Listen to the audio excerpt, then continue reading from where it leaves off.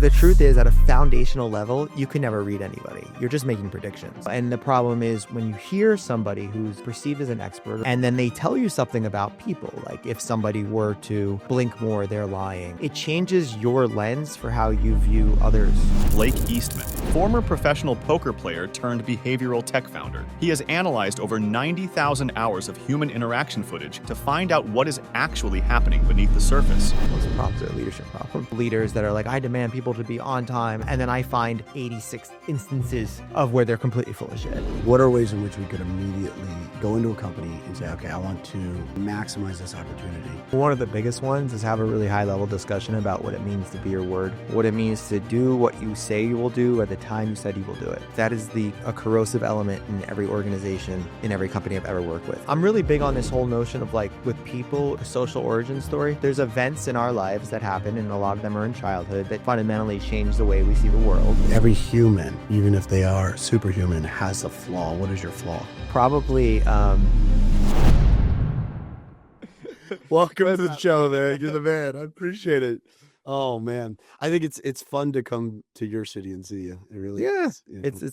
It's the good thing about Austin. Everybody's always here, like once a year or twice. Like at some point, people will come through Austin for South by Southwest or various conference, so it's a good hub base. You're also a couple hours away from anywhere. Yeah, whereas like good. I'm an East Coast guy, and if I have to, go all the way to like San Diego or LA or the Valley, it's like, oh my goodness, right? Like I do a lot of work at Stanford, and it's like I have to almost like plan like who can I on the bookends of that trip, who can I connect with to make this worth it? Because, when I'm out there, it's like, this is great, but it wrecks, the family schedule and everything else that's going on. And with all the travel, it's really hard. But like Austin's like, boom, you're 1 hour away. You're a couple, hours away from everywhere. That's why it's great. It's central. Yeah. So it's not like in New York, I still hated New York to Vegas or New York to LAX. Yeah. And now it's like 3 hours one way, 3.5 hours the other way. It's like perfect. Yeah, it's super nice. I enjoy it.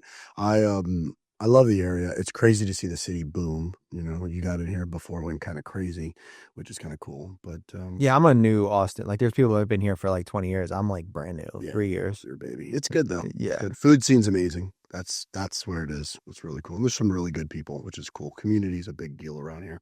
Yeah. A lot of fun. Oh man, you're one of my, I always tell everybody like you got to pick the right superhero whenever you need certain things. You're definitely a little bit of a secret weapon that most people don't know. And but you're very proud about like what you've done and who you've worked with and the businesses that you've been a part of. But not many people know what's actually happening behind the scenes. Mm-hmm. And it's not even just from a sense of like, I've been behind the curtain of a lot of businesses. I've been able to get underneath the hood and do a lot of work in businesses that most people don't even know. You've been able to do that in human interactions with people and actually know what's going on. And then you have the data to prove it. So let's talk a little bit about you and your background and your business, because I think it's so valuable, and the skills that you could teach people are beyond needed. And people are getting more removed from their own self-awareness. And I think this is something that people could really double tap on right now in their own life and get better within an hour of talking to you. So you want to just give a little background about, how did you get to this point? Because you've done some really cool shit. Yeah. So it's like, when you listen to my story, it sounds very linear. I did X and then I did Y. But the truth is, I was always one of those people that just did a bunch of different things. So my background's in psychology and forensic psychology. I was an adjunct professor at City University of New York for like 6 years. And then I started the first brick and mortar poker school called School of Cards. And I was a professional poker player. And then everything sort of started. I had an office space in New York City. And I went like viral on Groupon and Living Social. So every night I was teaching like a one-man show in a class called like Body Language Explained or classes on nonverbal behavior in the office for like 4 years. And that led to consulting, and that led to a bunch of different various things. And now I say I run more of a technology company. But as an entrepreneur, my biggest blind spot was I didn't focus. So I was that's cool. I'll do that. That's cool. I'll do that. And because of that, over the last 20 years, I've just done so many different things, which is maybe not the best for the bank account, but better for my sort of breadth of experience and ability to sort of apply something in one arena to another. So I did a lot of in finance, a lot in tech, government contract, I mean, medicine. I've just done so many things. And what we do is we sophisticated nonverbal behavior communication stuff. So I'm very anti a lot of the traditional body language stuff out there. Well, because you look to your left, I know you're not telling me. Yeah, like that kind of stuff. That you just stuttered and I saw your lip move, so therefore I think that you're thinking of a past experience. It drives me crazy. The fact that you just shook your head, you're going through some trauma right now, Blake. Give us some experience about when you were younger and the trauma that you're suppressing. Because because now that you got my lower lip, I see that, yeah. And I could tell because I worked for the FBI. Yeah. It's things like that I think bring us more apart than together. And I think it's a real big problem that these experts sort of take like a singular study and make these bold statements in settings like this. Like the one thing to do to determine if someone's lying is ask them this question. And it's just like, come on, like they're great for sound bites. And their actual depth. No, and the problem is when you hear somebody who's perceived as an expert or has the credentials of an expert, and I think expertise in our culture is actually a really bad thing, but we could talk about that. Not a bad thing, but well, let's talk about a complicated thing. Let's talk about that. Let's double tap on that right now, because why do you think expertise is a bad thing in that? So I would say that the word expert sort of is paired with you have arrived. And I believe that like expert should be sort of this horizon goal. Like I never want to be like, they were calling me a body language expert. I didn't even know what the hell I was doing. I was like 24 years old and I was, body language expert, Blake Eastman. And it's all just sort of a game on how you position yourself as an expert. And there's all these nodes of connection, right? Like one is like the companies you've worked for. 2 is your academic background. 3 is other people saying, this is the guy, right? And I've met plenty of experts that have the perception of an expertise, but what does it even mean, right? And I think any expert is in this constant inquiry of trying to improve, trying to get better. And really, you should I look at some of the things I said 3 years ago, and I'm like, I disagree with that now. And it's that constant evolution. And I feel the title of expert gets people to be like, I'm an expert and I'm stopping all the research. I'm stopping all the exploration. I'm stopping all the discovery. And now listen to what I have to say because I am the expert on this. And I saw myself become a victim of that when very younger. Like, yeah, I'm the guy. Like, and then I'm like, I really don't know anything. And I think taking on the fact that there's always more to learn, always more to grow, always different places that you can develop is just way more advantageous than saying like, I am the unified expert. And then where it plays up in communication and people skills and all that is that when you hear, somebody with a lot of credentials and, there's the marketing of the credentials of the way that you can say things.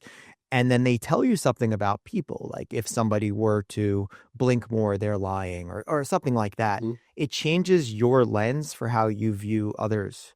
So then you're at a meeting with someone that was potentially a great partner, but because they're blinking a lot, you're like, oh, well, can I trust what they're saying? Yeah. And now it changes your perception. And I think when it comes to making these blanketed statements about human behavior, more people need to be way more responsible for what they're saying. And unfortunately, I don't think they are.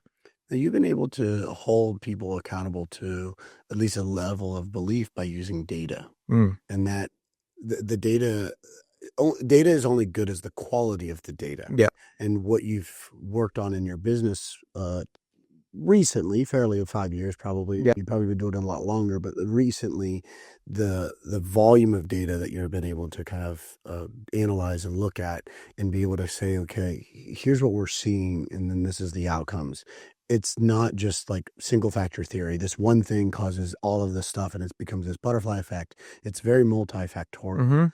What is the data showing you right now that you're working on that actually, like, where does it become the interesting conversation? Where is the data today that says, you know what, this to me tells me something we need to look at deeper. It's not just a superficial piece of. Yeah.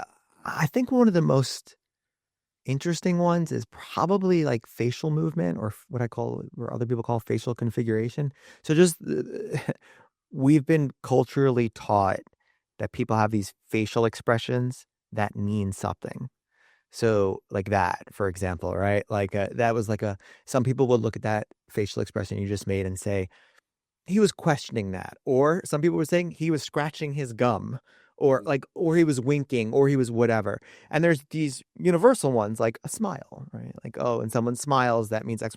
Smile is associated with happiness. So if you take a large language model and take a picture and say, what's going on? Oh, this person's pleasant, happy, but people smile for reasons that are nothing to do with their emotional state, right?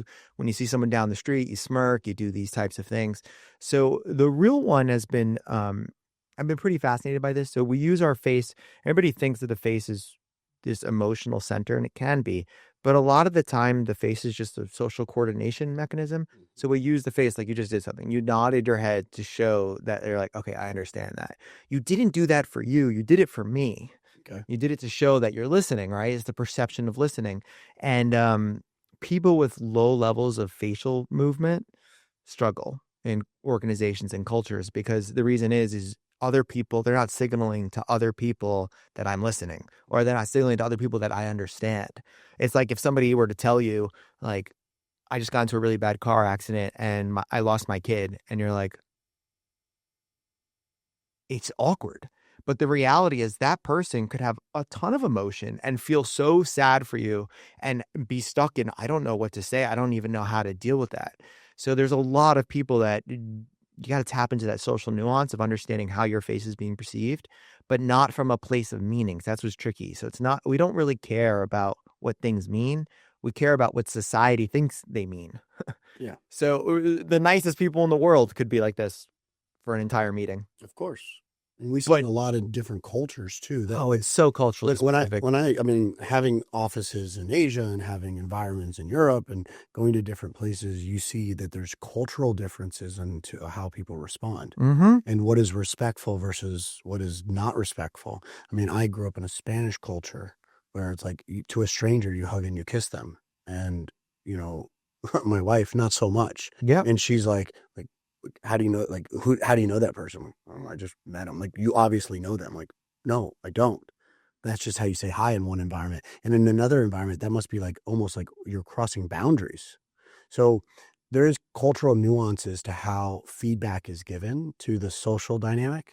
And sometimes people misconstrued that by their own experience, because that's what's true to them. So like if I grow up in an environment and then I see something else, I am evaluating that environment and I'm thinking to myself like, well, that's what that means, because it's very black and white. Yep. And I think that's what our today's public experts are presenting as the research study. And they're looking at it at a very superficial level, and they're not looking at the complexities of social behavior in a way that is it telling me something? What is it telling? Not so much, is it a fact? Yeah. And those norms are the gateways to human connection. So it's like growing up, I was largely raised, I was like the only white kid in my friend group, right? Everybody was like black or Spanish. And like the joke was everybody used to say Blake's from Argentina. Like he's a white boy, but he's Spanish. And it was so funny. I get those, but I get different words. Yeah. They say different things about me, Blake. They didn't tell me that. I don't know. That's weird. But like the joke is like, if I took Spanish for like 18 years, my Spanish is terrible, right? But if all of a sudden a bunch of people are speaking in Spanish and I would say something like, ay, Dios mío, they would go, everybody would laugh, because it's like, that's like a word that it's not hola, right? It's like a more nuance. So this happens in every industry. So it's like me and I forgot, what's his name? The guy that runs the studio? He's the guy that runs the studio. The guy that runs cool guy with the hat on. He's super man. Yeah. But like in a couple of conversations about like the cameras and the setup, like it's like, oh, we're part of a similar tribe. Yeah. So like there's these signaling that is showing that like, oh, me and you belong. And it's like cultural. It's, by the way, I didn't belong in that conversation. Yeah, you didn't know what was going on here. Yeah. You guys are like geeking out on like damn handles. It's the same thing. Like that's what we use to sort of vet and to understand people. So like in a coaching environment, you might watch somebody coach somebody squat, and everything they're saying, you're like, all right, this guy gets it. And then someone else, they're saying things and you're like, what? And it's like, most of the time it's that. yeah, Yes, I get but it. it's like the inclusion or exclusion, right? We include people in those narratives or we exclude them. And some people just aren't the best at signaling where they belong into various group membership and belonging. And that's why they have a difficult time sort of connecting with others. You brought up about, the reaction or facial expressions and how people struggle at work if they don't have that, the famous, resting bitch face. Which, I have that, by the way. yeah, well, of course. So I have that. Yeah. Yeah, but you are Aware of it. I have to compensate for it. you're intentional about your relationships, Mhm. and when you are showing up, you say, I got to bring this level of energy whether I want to or not, because it's my obligation to the dynamic. And you're very intentional about saying, I am not going to create my lack of facial expression or perceived lack of expression to creating friction in our relationship right now. Yep. You're very intentional about, like, how's it going? And you're very thoughtful around, how can I present myself to make it where it's less work for you to communicate with me? Yeah. I mean, I think what you're pulling at is the awareness that you have impact on others no matter what. So people will say, like, if I'm not talking, I don't have an impact. You have an impact just by the way that you're looking for certain people and not for others. And that's where this gets so, the puzzle gets so complex. So there's like 6 people in a meeting. One person is grumpy and just like this. 2 of them don't even notice it or care. No, they're clueless. They're just Literally clueless. And 3 of them are like, I can't believe he comes to the meeting this way. Like, this is drags positive everybody- this and da da da da. So a lot of the misunderstanding comes from the byproduct that everybody's seeing the world differently, but there's like these trends and themes to similarities in terms of how people see things. So that's why we don't know if somebody is a not likable person, but we can predict if somebody's going to be liked or not liked in a specific culture based on their behavior. But that doesn't infer that they're a bad person. And that it's such a nuanced thing, but it's so important. So other body language people will say things that it's not that I agree, but the way they said it, I fundamentally disagree. Can you have an example of that? Because we see so many of these so-called body language experts give advice and they're missing context. And what happens is there's people that are using that advice as a way to make their life easier, get ahead in life, get faster deals through sales, build better rapport and relationships with people. And it is bad advice. And I think there's a lot of people, so-called experts, that give well-intended bad advice. Yeah, and that's what I struggle with, because I listen to it and I'm like, and part of it is, there's like an ego factor, right? Where someone is like done considerably more research and considerably more work than someone, and then they say something, and I'm like, I know I like the 70% of what you said, but I couldn't stand the 30. A quick example is probably how people talk about smiles, and they'll say like the difference between a real and a fake smile. And what Crescent smile. Yeah, like, oh, like a real smile that has 5 criteria and the upward turn, like and they're not technically wrong, but what they're really wrong about is using the terminology real and fake. What they should be saying is like spontaneous or controlled. And the reason why is if I train someone to look for fake smiles, they're going to see fake smiles everywhere, because we smile more fake than we do real because of social coordination issues and all these things. But the truth is, when you say somebody's fake smiling, it infers that that person's fake. And that person's not fake. They're just smiling for a specific reason. So it's a nuance, and it's like nitpicky, but I believe it's not. I believe it's really serious, because when you say this person is coming across as fake, or that's another fake smile, and I see more fake smiles than real smiles from that person, it changes how you view that person at a fundamental level. When in reality, you're going to fake smile a lot during your days. Sometimes, you don't want to smile when you walk into a meeting. You just want to be like, let's start. But you're like, hey, everyone, how are you?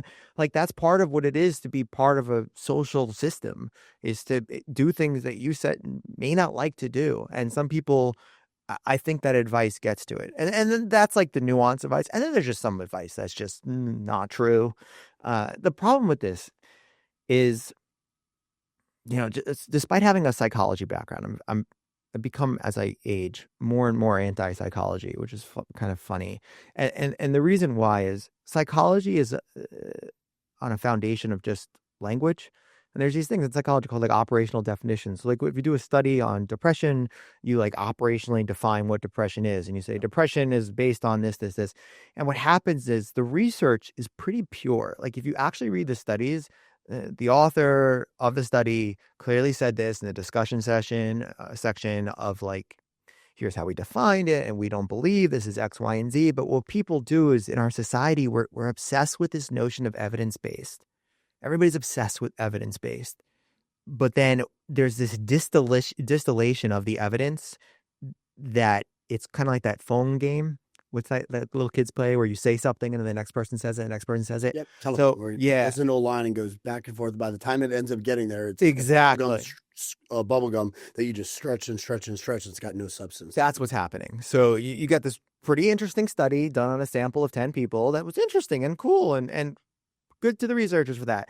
And then someone's like saying a study conducted out of blah, blah, blah found that blah, blah, blah. And people are like, oh, that's evidence-based. And it's like, that's not ever what evidence-based really was. And we see this everywhere. We see this really everywhere when you're dealing with humans.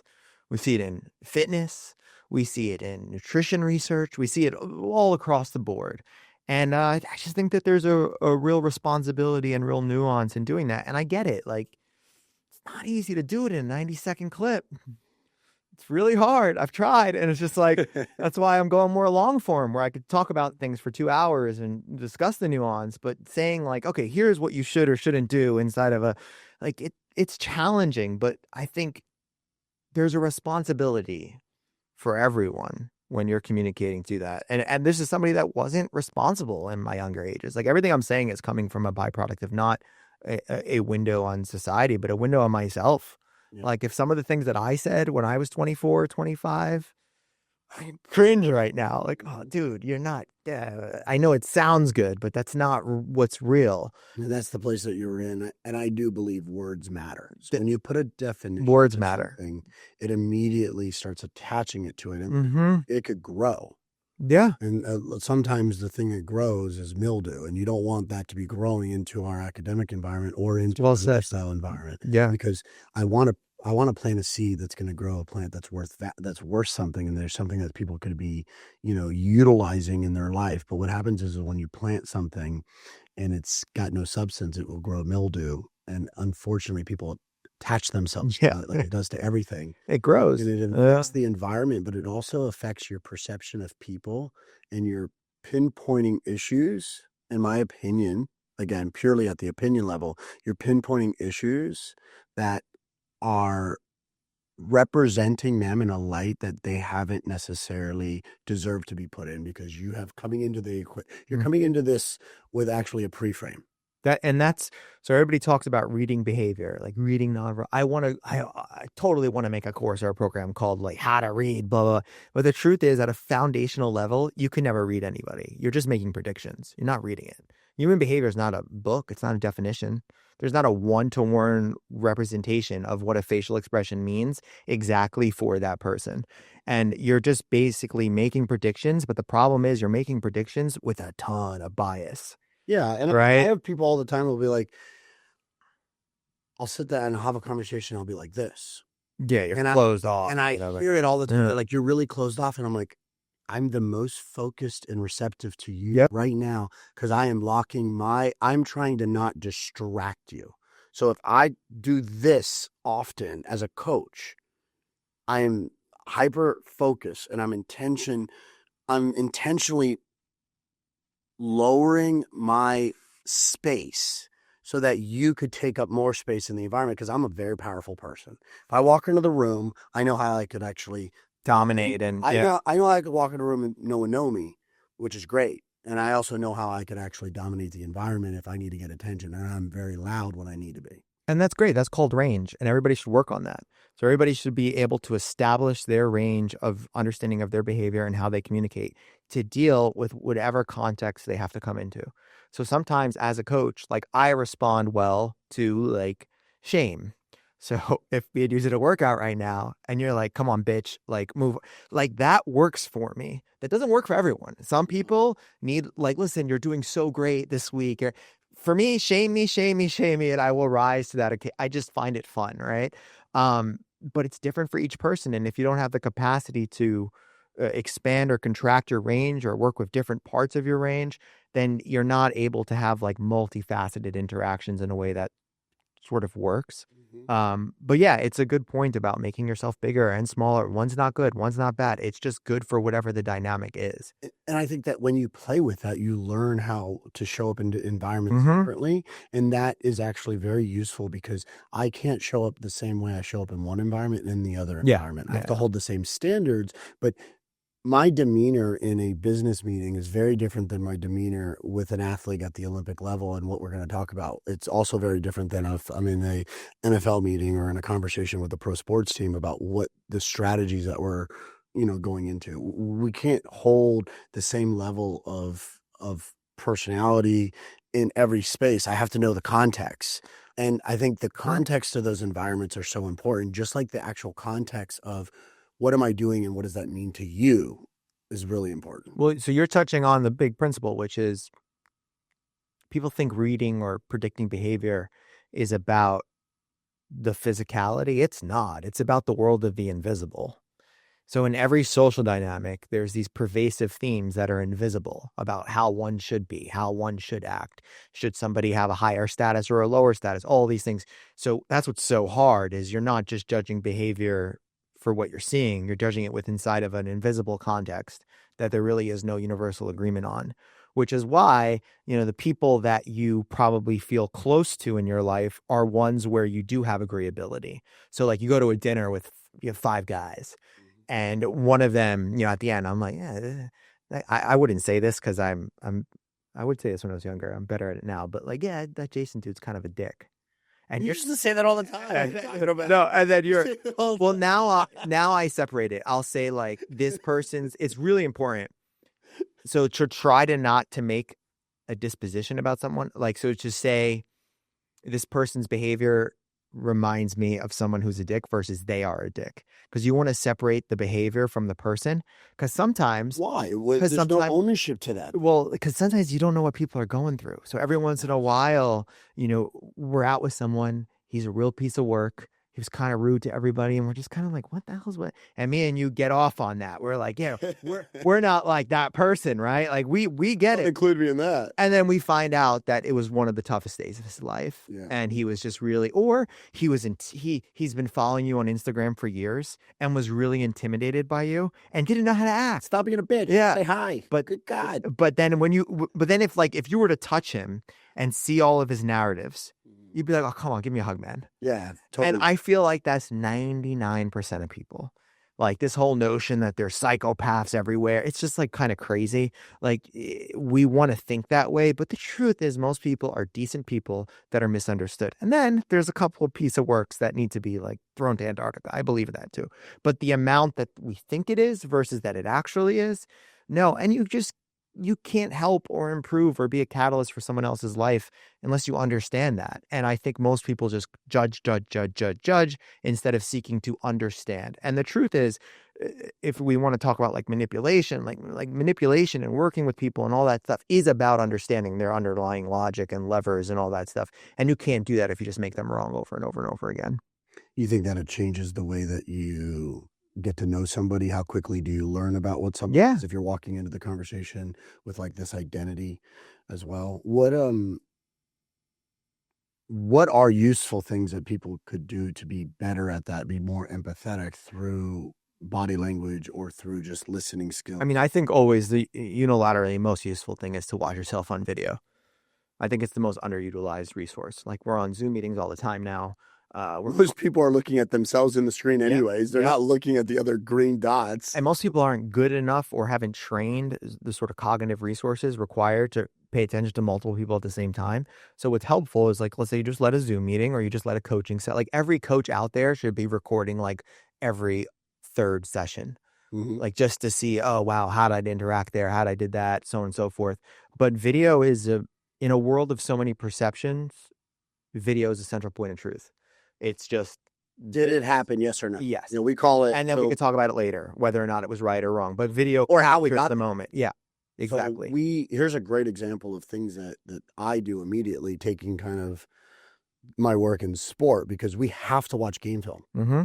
because the eye in the sky never lies. Mm-hmm. But my perception visually when I'm on the field, my field view as a player or an athlete doing the work, the body in the mind plays tricks on you. What I think is happening didn't actually happen. Yep. And I thought that guy was like, I couldn't get that guy. He was so far away from me. And it's like, he's right here. Like it's right there. But the perception of me in that space on field view is very, very different than what is actually taking place because there's so much like feel that happens to the game that is less on sight. Yeah. And that's a delay too.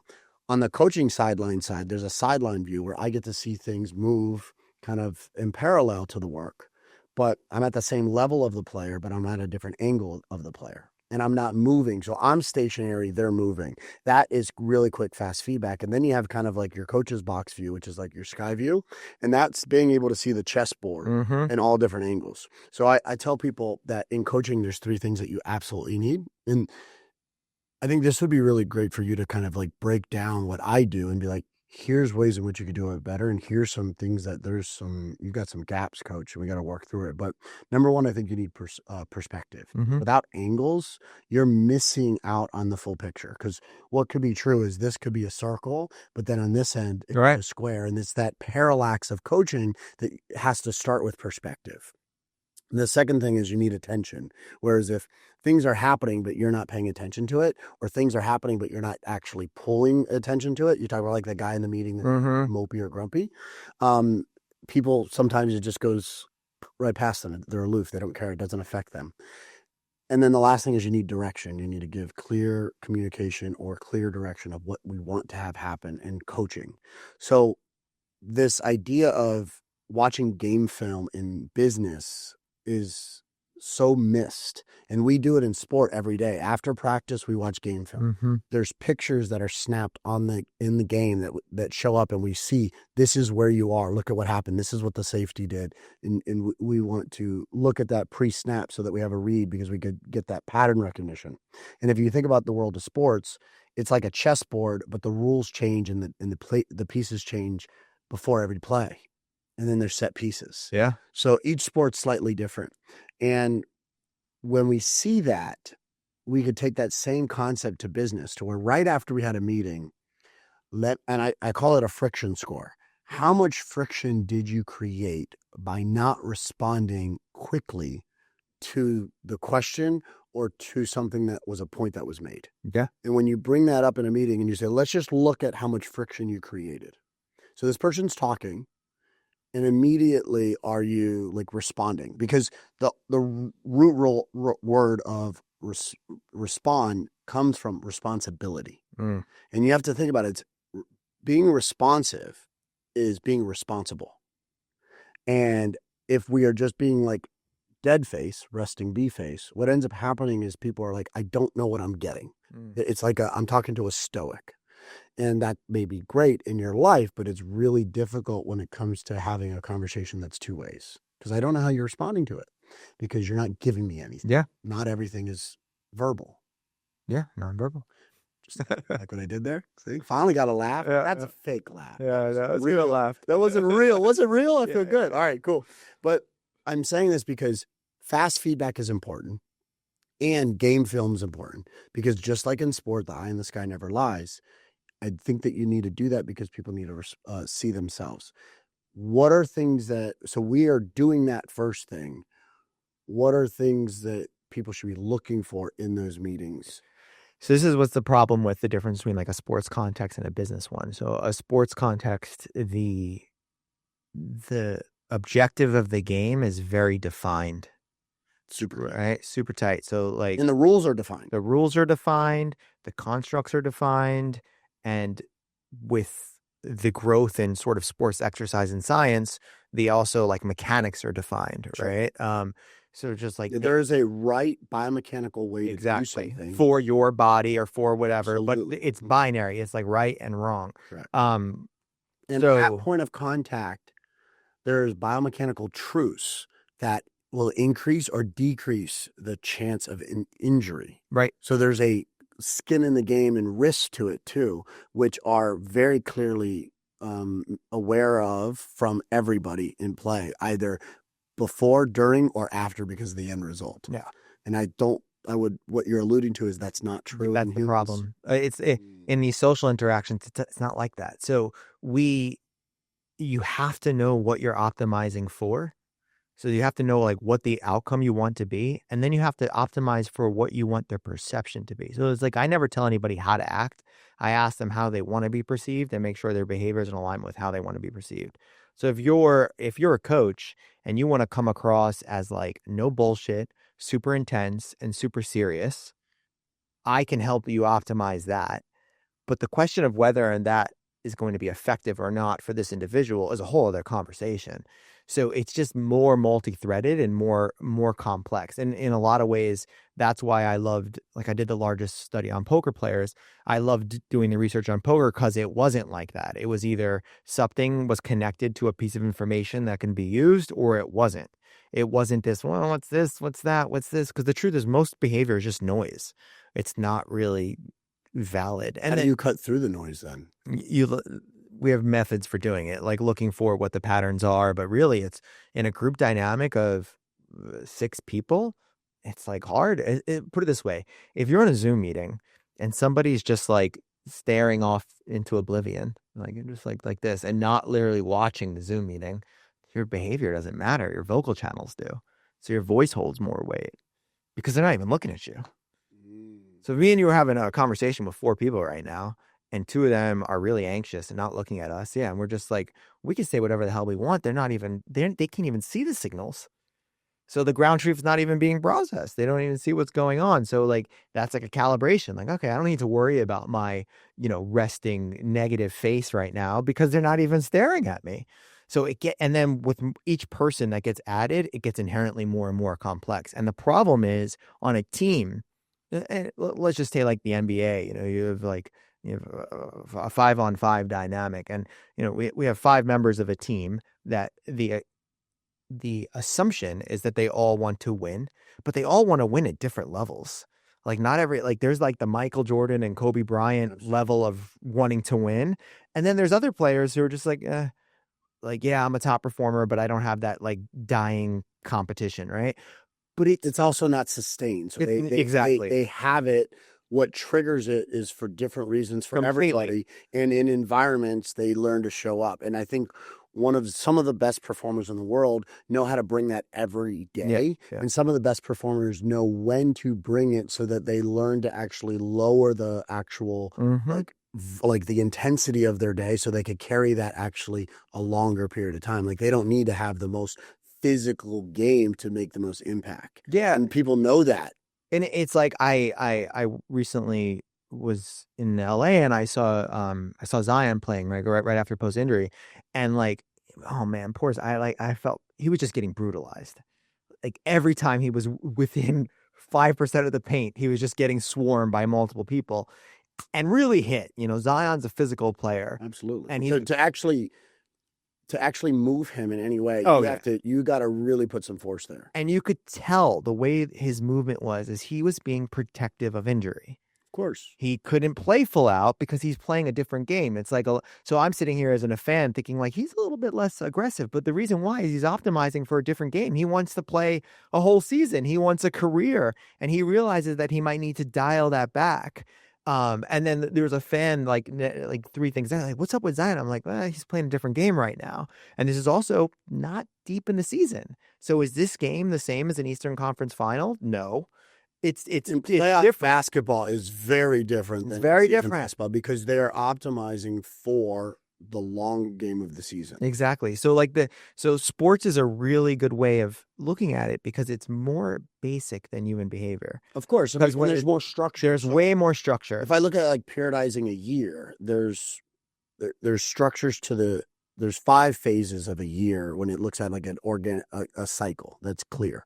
One is your GPP phase, general physical preparation. The other one is like your SPP is like specific physical preparation, where it's like I'm going from a general fit cardiovascularly, physically to like jumping higher. I need to then get very specific to the skill work and get closer to that. And then there's kind of preseason, right? So phase 3 is like, I'm getting prepared for this season. Phase 4 is the season, and phase 5 is peaking. Now, your peaking windows could be at different times. You only normally get around 2 of them during a season. You can't optimize. Can't peak every time. Yeah, you can't optimize for a peak every week. And you have to be very conscious around that. And that's really where the tactical approach to coaching comes into play, of knowing where your capacity is. So those are your 5 structural phases that need to be in place. And you need to know that going into it. And you're optimizing for an athlete that is Michael Jordan, not for preseason. Right. You're optimizing for peaking. But for an athlete that's trying to make a roster, you're optimizing for preseason as your peak, because he's trying to make the team. Right. And everyone needs to know that. So there's so many different dynamics of everyone's agenda is slightly different, even though the rules of the game are the same. But that's the trick. Everybody needs to know that. And we don't know that in business cultures. So somebody gets into a meeting and they're planning to leave this company in 4 weeks. And they're not telling everybody that. Or this person right here wants to throw this person under the bus because they want to get partner in a quicker track than this. Like the exponential nodes of the game are just, they get crazy. And every new addition you add to that meeting is more complex. Is another line of communication. That's not a one-to-one. It's a compounding. It's like, that's the thing. It's like, it's exponential. It really is. Like it's so much easier. That's why it's kind of like a joke. So we have this like program, The Social Edge, and I've done a lot of research on, what are people's perceived problems in social interactions, and like I list them out in the course. Like, is this you? And it's like everybody's that, and a lot of people say like, I'm really good in one-to-one interactions. I just struggle in groups. And it's like, there's an actual tangible reason on why you struggle with groups, because it's easier one-on-one versus adding more nodes of perspective and more nodes of connection and more responsibilities. It's not illogical. It makes total sense. Is there things that you do to help them with that? Yeah, I mean, I would say that everybody, I'm really big on this whole notion of like with people, like a social origin story. So the brains is like, the brain's like this predictive machine that predicts future events based on past events. And I don't use the word like trauma necessarily, but there's events in our lives that happen, and a lot of them are in childhood, that fundamentally change the way we see the world, and those get solidified. And those events, the ways that you used to protect yourself when you were like 14 years old, is no longer now. Like, so the example I give was, I was once in school, and this girl, I wonder what she's doing now. I think Jessica was her name. She comes into like New York City public school. I'm sitting in class. I'm just sitting here. And she was like the hottest girl, and she was like a senior, and I was like a sophomore or whatever. Like, that matters. But so she walks in, and the only thing that matters is you said that she's the hottest. Yeah, girl. she was hot. I'm interested now. She was hot. Yeah, prior to so that, she wasn't really that. Yeah, she looks in the window, and she goes like, "Come outside, like come outside." And I'm like, "What the heck? Like, what do you mean?" So I raise my hand. And I get the hall pass, and I'm like, I know her kind of, but like, what does she want me for? What's going on? So I go outside, and she's like, "Blake, what are you doing?" And I was like, "What? You told me to come outside." I was like, "I'm talking to my friend." And I look behind her, and I'm like, "Oh shit." Right. And the funny, like, the man I am now would be like, "No, let's go for a walk." Like, forget it. Like, I would have just been like, "Yeah, I saw." I would have played it off. Yeah. But back then I was like, "Oh, I'm so sorry." And literally for like 10 years after that, if I was in a bar, you got game, and a girl looked at me, I would be like, who? Are you sure it's me? God. All because of that moment. And we have tons of things like this, right? So people that grow up in, with parents that were pieces of work, or parents that were abusive, and all these things, we adjust to them in certain ways. And what we don't realize is how much we're holding that in our day-to-day interactions with other people. So you can see it. Like, I can tell, I've been doing this for so long, you can sort of see patterns. Like, I have an intake with somebody for 40 minutes, and everything that they're saying, I'm like, all right, like, where were the trust issues? What happened? Mm-hmm. And they're like, what? And I was like, what happened? Like, somebody scammed you, something happened. And they're like, how could you? Yeah, my co-founder smuggled $10 million out of the company. And I'm like, yeah, because trust patterns are in all your language. You don't trust your team. You don't trust your wife. You don't say the word trust, but you're inferring trust. And that usually comes from, and I really believe that you have to go like back before you go forward. So you have to like resolve that. And it's not easy. Sometimes for some people it is. That work reflectively and doing deep work is very hard. It's hard. And sometimes it's quick. And sometimes I'll send them to my, our good friend Elliot Rowe, and be like, Elliot, It's too much. You deal with it. Literally, You know? but a great example, Elliot's the best in the world. He's so good at that. There's nobody. He's so good. He's amazing. I think that there is a huge gap between the best in the world and everyone else is considering the expert in the market. And that's the best reason. In the world is not hireable. No, and Elliot for like what 20 years has been talking to high performers for 40 hours every week. Exactly. So he sees patterns in that, pressure situations. Yeah. There's skin in the game, and then everyone's like, I need this now, because if not, then something bad could happen. Exactly. So, and then that pattern matching, but sometimes it's not always the deep like everybody looks for trauma. Like, what was the biggest moment? Sometimes it's just something simple. Like you were at a party and you went to this thing and you got rejected and you said never again. And then that compounded over 15 years. And now that's like a really pervasive, and I call it like, I believe that everybody's wearing these sort of glasses, and these glasses skew the way you see the world. So yeah, like that. So somebody is like, but like, think about these glasses that they have like these, they're like moving, the lenses are moving. And then somebody says something that triggers it. And then like the yellow lens comes on and you're just like, fuck this guy. Like, all right. And all the person said was this one little thing. And you're But like, it no, you pretty good. yeah. And it's like, you got to think when these things happen in your life, like you don't even know this person. How did it trigger such a freaking big reaction?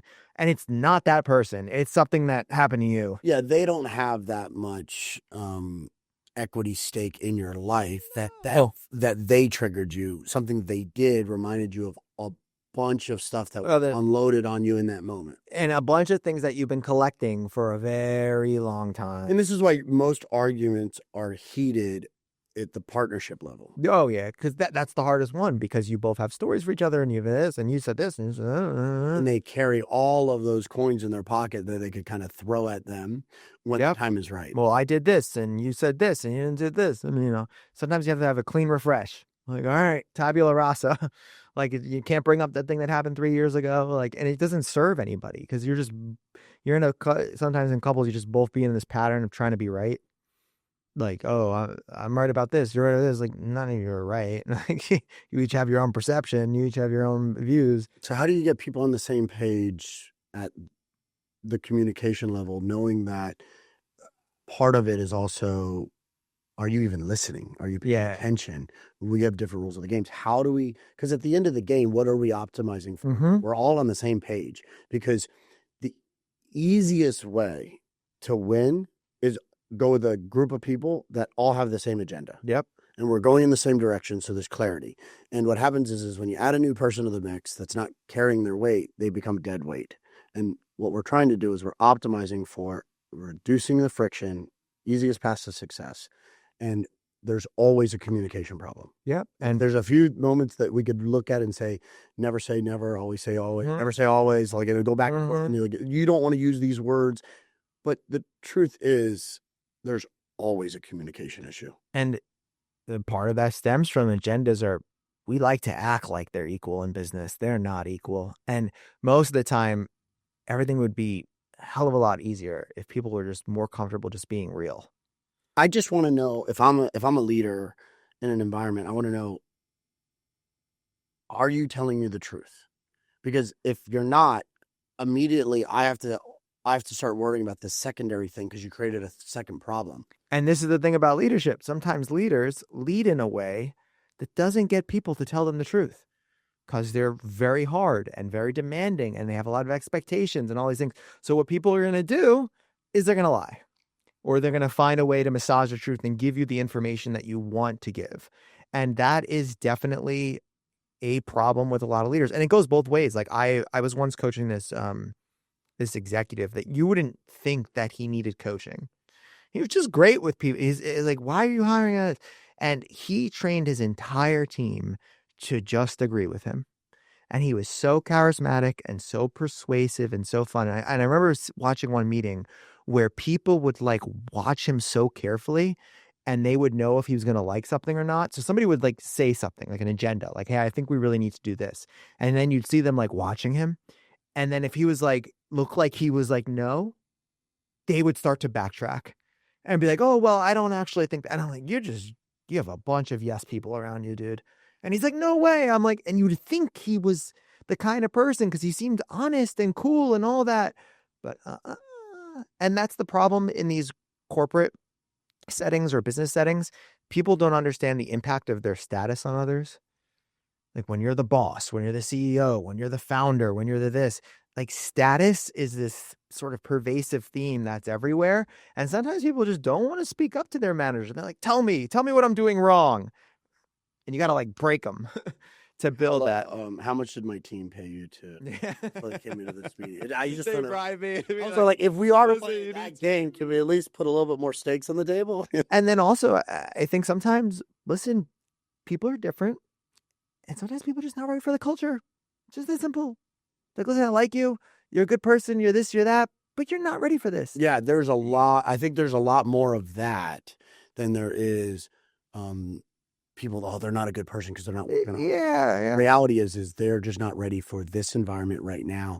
And I don't want this environment to be the thing that's their learning curve for them. I love developing people. It's something I have a lot of pride in, but there's a lot of work that goes into expectation management. And sometimes people just don't want to be developed. Like I've had people that work for me that I'm like, I want you to get here and you can be so good at this, you can be so good at that.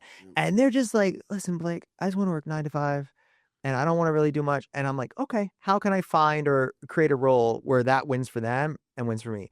But you just need alignment. It's really dangerous when they're telling me that they want to be like a future CEO and I'm pushing them towards that or I'm not pushing them towards that, right? Like you got to get on the same page. And I think that conversation that people have, like, what do you want from life? Like, what do you want to do? Blah, blah, blah, blah, blah, blah. It doesn't happen enough. And then you just don't know how to act with that person and you can't see, are they actually going to be a good fit? And a lot of the time you have to fire people. Like sometimes that's just the truth. Like this person doesn't really belong in this culture. It doesn't make them wrong. And I think a lot of leaders, it's so weird. It's like they know. Like when I do the performance reviews and stuff and see that, very much they all know. It's like, what do you think about John? What do you think about Samantha? What do you think about this? They knew 6 months ago, but they're just afraid to make this statement or afraid to say what they have to really do. And it's a problem. Going back to like meetings, I think we could all get better at running meetings. I'm by no means. Meeting. How do we run a meeting to be as effective as possible and reduce the risk of miscommunication? So I think at this point, I'm actually comfortable saying this. I've probably seen more meetings than anybody else on the planet because that's all I did is watch meetings. Can I give context? Yeah. Because I have a lot more understanding of the fact of that. Yeah. Where people will listen to this and be like, no, Blake's full of shit. That I can make a claim to. Can we talk a little bit about the background data? What is allowed to be spoken here? What happened was basically I used to go and record meetings with like a tissue box that kind of looked like that. And I put 4 GoPros in the tissue box and people didn't know they were being recorded. Then COVID happened and companies started letting me basically plug into their internal comm system. So every Zoom meeting. So for context, this is a business, this is a job, this is not doing criminal activity. No, this is what I want to make sure that we give context to. This is how you work understand what level you're working at and what's going on. I know this because I've but I think a lot of people don't understand this and why you have such good insights to your data. I also think this gives context to why it frustrates you a little bit when experts are out there saying that this is what took place because they smiled this way. Yeah, it's like silliness. I mean, we go into a company and part of my coaching or consulting is it's not just like talk to somebody for 15 minutes every week. It's I want to see all your comms. I want to see all your Slack interactions, all your Microsoft Team interactions, all the video, all of this.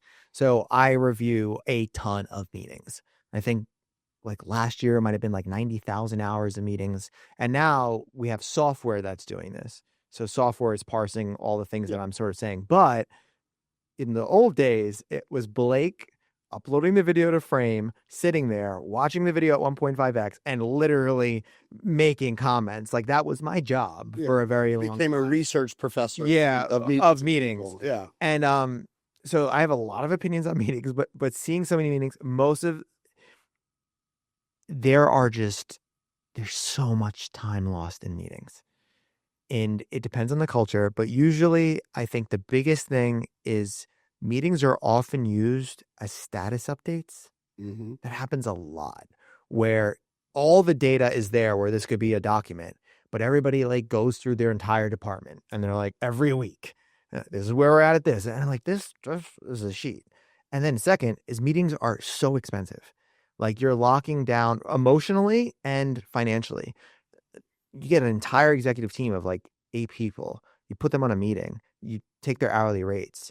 They're so expensive. And then finally, with technology, meetings are not the best landscape for all these things. So in my company, I'm huge on Loom. We have no standing meetings. There's not a single standing meeting in our company. There's sometimes every month we'll do something, but it's Loom videos. Why? Because I could digest information at 2x speed, comment on everything, and get a really good feedback. So I think, first of all, a couple meeting rules. Number one, if you have a routine meeting in your calendar, whether it's a one-to-one, monthly, whatever, really evaluate, do we need this? That's the first thing. Like, what is the value of the organization? And sometimes it is. We need to get everybody together and we need to talk about this.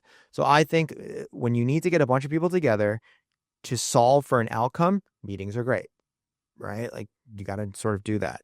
But most of the time, meetings are just sort of these things that could be replicated by asynchronous methods. And it's just kind of silly. Second, everybody is focused on like agenda. So just because you have a really clean agenda doesn't mean it's a good meeting. So there's some people that think that like, okay, we're going to do this for this, we're going to do this for this, we're going to do this. Like meetings should drive outcomes and there should be a real reason. And then another thing I see is not everybody needs to be on a meeting. That's probably the single biggest wasted resource where, you know, they have like 14 people on a meeting. It's like, why are these people here? Why do they need that context? And they don't. So really, and I think what happens is it's a preference thing where, you know, CEOs and team leaders I want the whole team together. And it's like, why?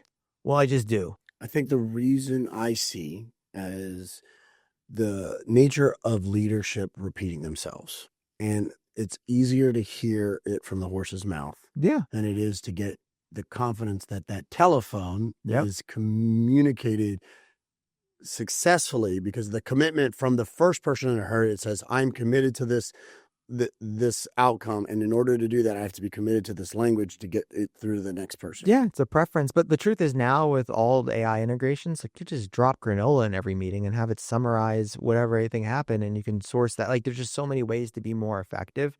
And you know, all these meetings have these like cute little bullshit beginnings. Like what? Give me just tons of them. Like you get on a meeting and it's like, hey, Gav, how are you today? Good. Oh, 1 second, my kid's doing this and like. So I think the quickest hack we've had is like creating names for meetings. So giving meetings names. So like one of my companies is they're quite aggressive. So we have a meeting called the Octagon. Okay. Yeah, and it's a fight. Yeah. So everybody knows this is going to be a fight and they fight. They yell at each other. They just dumb. But we know this is the Octagon.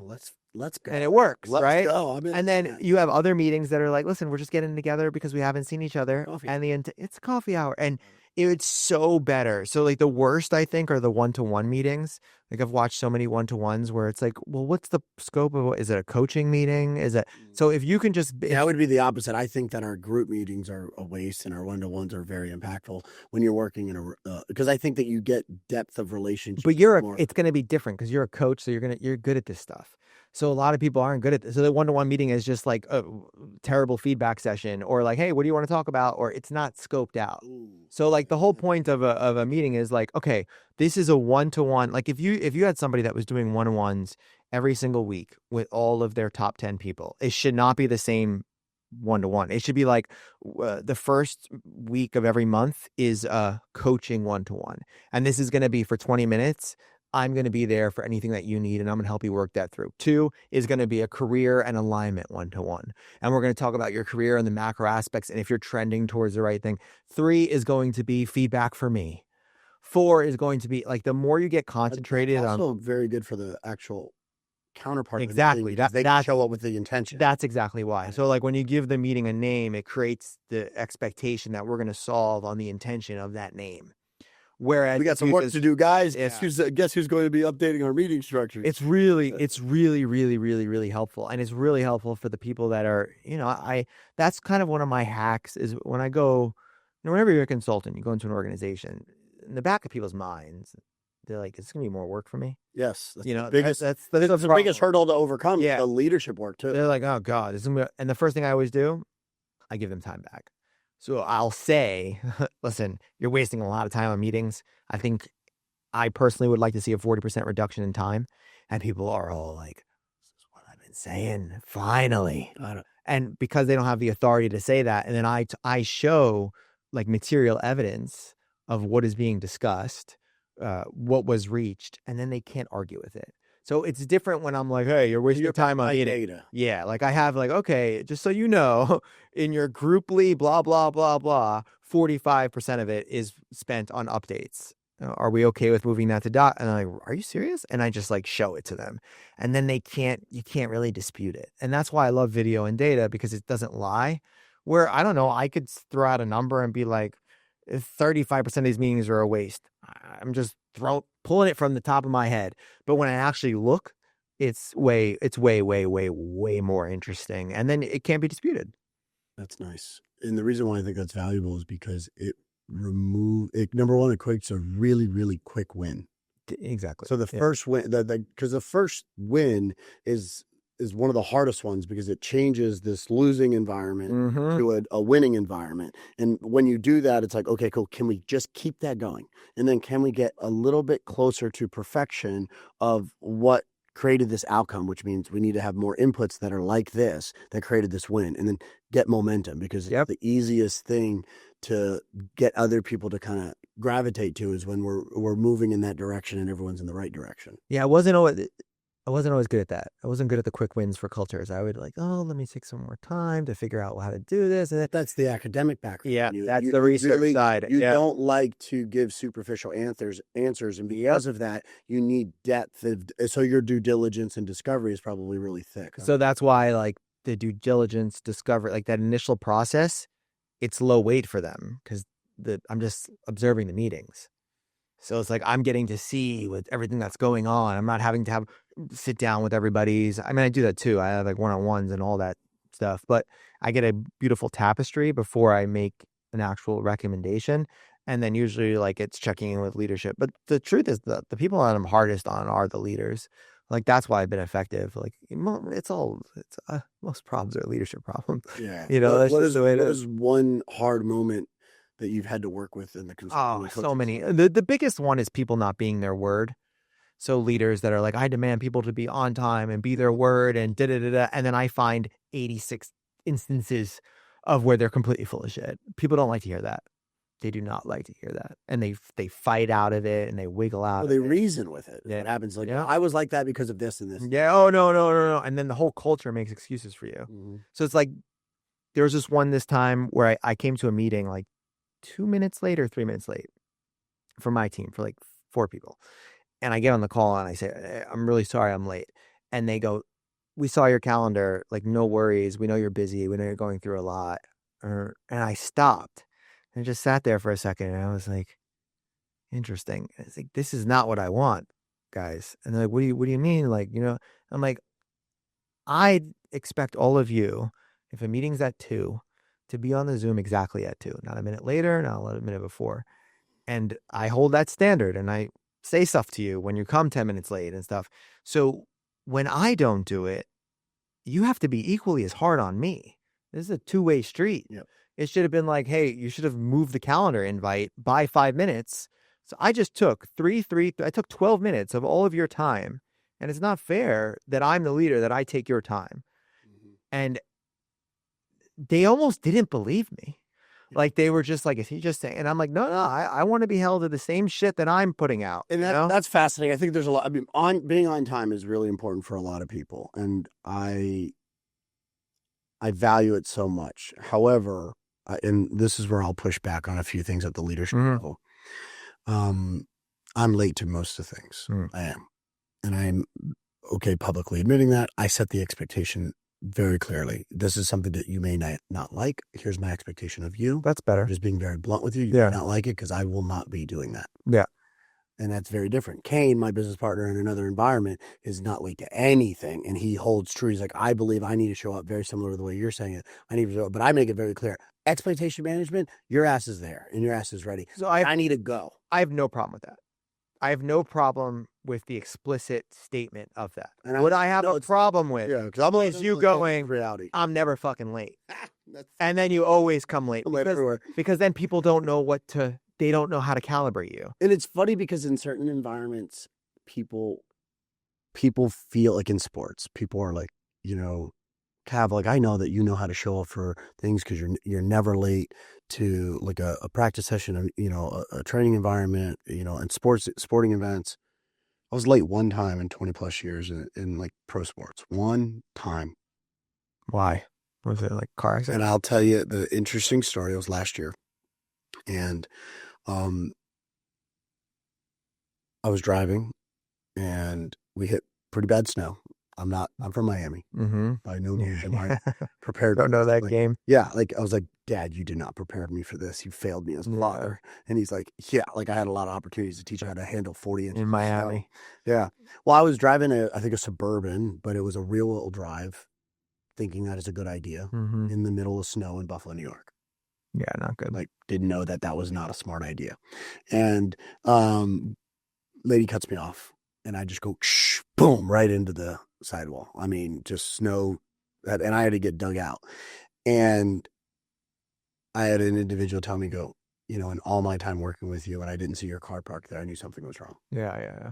But in the world of sports, like you're not late. If you're late, you're not there. Yeah. You may as well basically like make a scene that you almost died because you ain't going to be able to come back because the standard across the board, everyone is set up on time. It is not a negotiation. It is very clear. In business, I don't think it's that serious. I really do. I don't think it's that serious in business. I will push back hard. Cool. Is super fucking serious. It's a super waste of resources. It's an erosion of trust.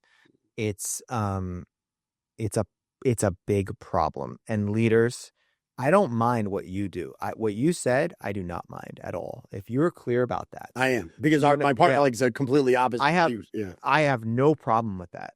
Like if you want to say, listen, I'm going to be late because you're managing expectations. Totally cool. I have no issues with that at all. I have issues with people that are like, yeah, you be on time. And they don't have that conversation that you had. Right? Like if it's clear, and that's the thing about leadership. I mean, it's so fascinating. When I started working with all these companies and all these high performers and stuff, I'm like, okay, like I'm gonna see the secret sauce. Like what? And these are huge companies. Every small company. Every big people don't realize. No, every big financial organization, Fortune 50, like neurosurgery departments, just like really, really wide. And at the end of the day, I think the only thing that I could come to a conclusion about is that the best leaders are just aligned. It's that simple. So it's better to say, listen, I'm tough. I'm an asshole. These are going to be the hardest 2 years of your life if you work with me, than it is to say, I care about your family and I don't want you working weekends. And then you're the opposite. So as long as you can be straight with people about whatever's going on and what's going to go on, that's what works. It's kind of like Elon, like working for Elon. It's not like you obviously know what that means. It's hard, right? It's going to be hard. And it's because the reason what happens is then it creates this cool dynamic where the people see it happening for them, not at them. But if you're not clear, it's a problem. And then what in large scale organizations where lateness becomes a huge problem is you don't understand the node of the impact. So like by coming 6 minutes late, we couldn't start because I needed you to be there. And then it's 6 minutes across 10 people, hour lost. Yes. Right. And then what happens is it erodes trust and people are like, well, I don't trust that person or I don't do this. I don't do that. What are ways in which we could circumvent the actual loss in the company? Because there's so much loss, whether it be resources, time, financially. What are ways in which we could immediately go into a company and say, okay, I want to maximize this opportunity? What are things that we can? I mean, one of the biggest ones is have a really high level discussion about what it means to be your word. Okay. What it means to do what you say you will do at the time you said you will do it. That is a corrosive element in every organization, in every company I've ever worked with. And I know because I see their Asana things. and I could do Asana audits and be like, okay, I can do audit on any software, Well, Monday.com you or should do whatever. ClickUp audits. Yeah. Asana sucks. Or ClickUp or whatever. Monday sucks. But yes, if you want to do a really good assessment, do a ClickUp audit. Because Sponsored by. damn right. That's right. Let's go. Yeah. But why am I saying ClickUp over those other companies? Is because I've been able to watch that brand be built from the ground up. Yeah, they blew up. I could tell you that the people behind it, Chris, Zeb, but I could speak for them, not as their mouthpiece, but I will speak for them at the the integrity level of their business, caring about people actually being productive. Yeah. Versus how do we just build a software that actually recreates all these problems? That's what creates great products, people that care. But like we can audit it, and I could say, all right, look at Cav's tasks and projects, and then what was the promised date and what was the actual date. And you go into certain companies and people are just red. They're all red. And the problem is every time I say something, it's like this, like there's like this jar here, a jar of good and a jar of trust and a jar of not trust. And you say to me, Blake, I got it. It'll be done by Friday at 3 p.m. And Friday 3 p.m. comes along and I'm like, it's not in that. No trust. No trust, no trust, no trust. And then you stop trusting the person. And what's happening is it starts to erode because then people go, all right, I need this by Sunday, but I'm going to tell him I need it by Wednesday because I know he's not going to get it done by Sunday. And if it's one-on-one, they can a trust buffer. Exactly. And then what starts to happen is like, that is a problem. And it's one-on-one. I'd say it's a problem anywhere. But as you start to expand the amount of people, and then back channeling happens, where it's like, oh, did Cav say he's going to get done on Fridays? And there's no way. He promises all the time and that. Expect it in 3 weeks. I hate when my team does that for me. And I'm always the biggest bottleneck in my company. We all, yeah, for sure. Leadership. But I have to be very careful at that. And I like try to be, I have this woman, Laura, that was a former OG at Microsoft that helps me with like project management. And she's been really great. And she's like the one that's like tough on me. And she'll be like, Blake, just sort of gives it to me. Like, will this be done in 3? And I have to really think it through and be like, because I want to get things perfect and I want to make things this. And it has impacts everywhere. And you're never, any high performer, you're never going to be your word 100% of the time. If you were, you're not a high performer. Like if you nail every workout, it's like the ambition's not high enough. Exactly. So there's always going to be some sort of gap, but it's like how you respond when the gap is, right? Do you say, screw it, it's okay, we're late? Or do you sit down your team and you apologize and you clean it up and you say, here's a new date and let's investigate why this won't happen again, And I think every leader's job is to close the gap and then identify it. And they don't. And a lot of the time they don't because they use the excuse that they're busy. And I get it. I've worked with people that are so busy and demands for their time. But at the end of the day, like if you want to have a high performance culture and you want to have a culture of like respect and trust, those conversations are so damn important. And they're hard, right? Like it's hard to say, I fucked up. Like people don't want to say that. Like I messed up. I said this and I said why. So what we do is we come up with these excuses and we say, oh, I was pulled into this. And I was pulled in. Well, you should have accounted for the fact that you could have been pulled in and you should have adjusted the timeline. Otherwise, it's just kind of a shit show. People basically racing to a stop sign. People basically jumping into an environment. Yeah. They're close to it. Yeah. So exactly. It's key. Look, you have so much data. You have so much stuff that you're doing in your business that's incredible. And like, I think that where we are today with the power of AI and the tools that we have, that you're able to go across major organizations and make overall arching change that will give people not just their time back, but their resources to be able to make better decisions. I think that will drive profitability, but more importantly, I think it drives innovation. Yeah. Because there's more opportunity to innovate. Yeah. And there's a big gap. Totally agree. In my opinion, there's a big gap between alignment and people that are interested in things. And I think what you need to do is you need to figure out, where are you invested? Like there's a lot of things that are interesting. No, that's wise. And that's really, I mean, like I'm a deeply technical founder and do a lot of AI stuff. That's like the biggest problem with AI. Like companies are like, what's going to actually solve the problem? What's actually going to solve the process? And really going, it's exactly what a lot of people, and I struggle with that too. I'm like, oh, this is cool. Exactly. So first of all, we could jam on this all day long. At the end of the day, it's going to come back to how you want to show up. Yep. And do you want to be a person that causes a lot of friction in your environment and in your life, whether it be in business or whether it be in your relationships or whether it be in your friend group? And are you able to articulate yourself, not just verbally, but also with body language and energy so that you can manage the room? Mm-hmm. And I think that, giving some tools would be really valuable. What's one thing that you wish people would do to change the energy of how they show up into those environments? So, first of all, I think a really good rule of thumb is treating people like you've known them for your entire life. That's usually going to create the safest space container or whatever you want to do. Everybody should know how to create safety with other people. And for most people, that's like talking to someone like I've known them my entire life. Like I have unconditional positive regard. I know if I do something, they won't leave or they won't run away. And then knowing what things prevent you from being safe or what meant, because the truth is everybody's kind of on guard, and safety is the first thing that we're sort of piercing through with human behavior. And you can't get to know somebody if they don't feel fundamentally safe. A team member won't really hear you if they don't feel safe. And it's like I hate the word like safety. It sounds like frou-frou, but it's true. It's like if you're on guard, you're not processing those types of things. And most people don't understand that. Yeah, and you have to like knock down those barriers to be able to get to the truth sometimes. So you have to do that in the beginning. And you have to have courage to knock down barriers. You know, show up with someone, you're like, everything okay? And they're like, yeah, it's fine. It's like, are you sure? Yeah. Don't look like fine. Yeah. You know, like Not showing up. Let's talk here. Yeah, like they don't have that. And I wish I could tell everybody to be more real, but that's not how it works. Can't just be like being real is not just saying what you want to say. Being real is saying what you want to say in a way that lands for that person. Yep. So we're always adjusting. And the more you could look at life through how do I need to show up for this person? How do I need to show up for this person? You'll be a better leader and just a better human. Absolutely.